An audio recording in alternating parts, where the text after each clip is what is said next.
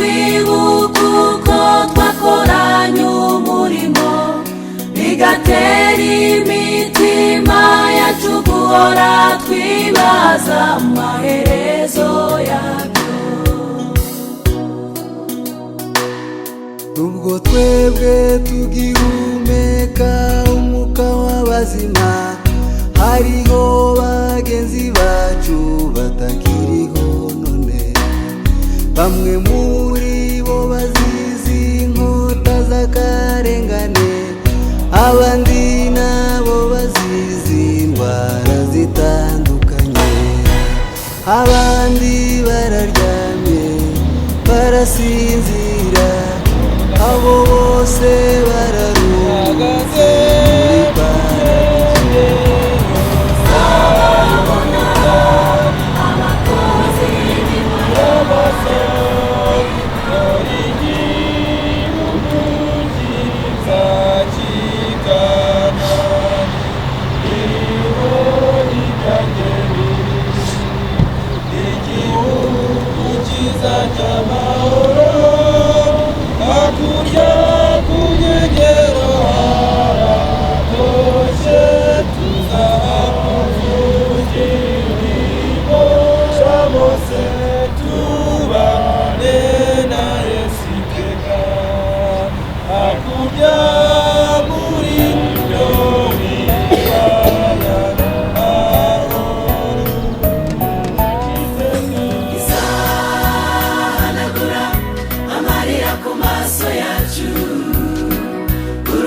Ntiruzongera kubaho ukundi, ububabare twagize umuhumure kumvira kwacu no kwatumye urupfu tugeraho.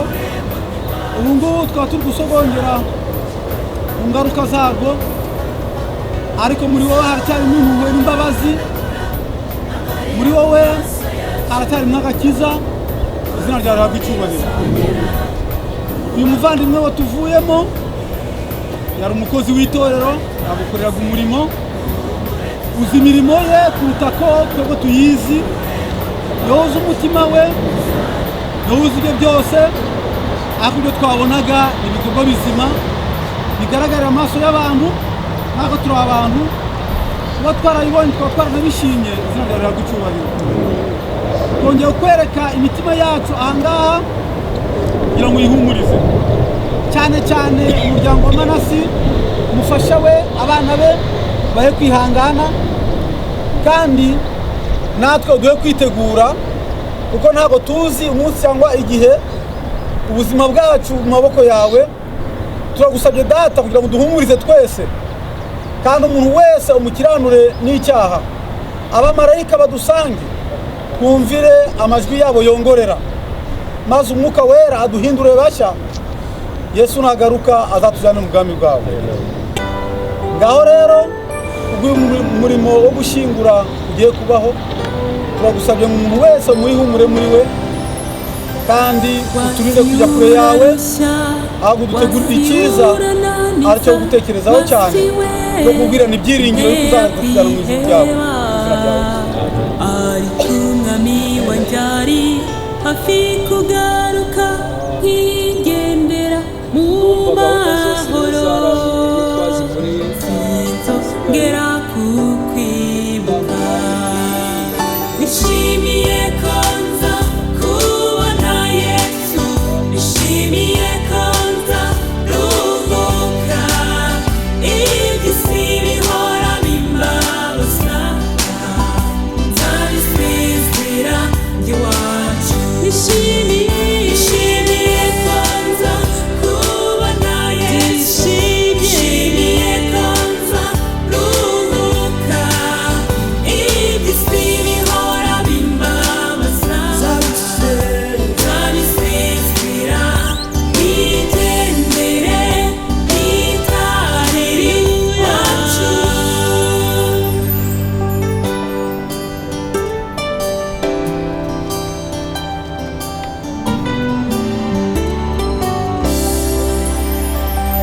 Aho nzajya nshimira Yesu wanyitangiye, akemera ko mbuwe, kandi ikamba ryiza ryabanesheje wasiwe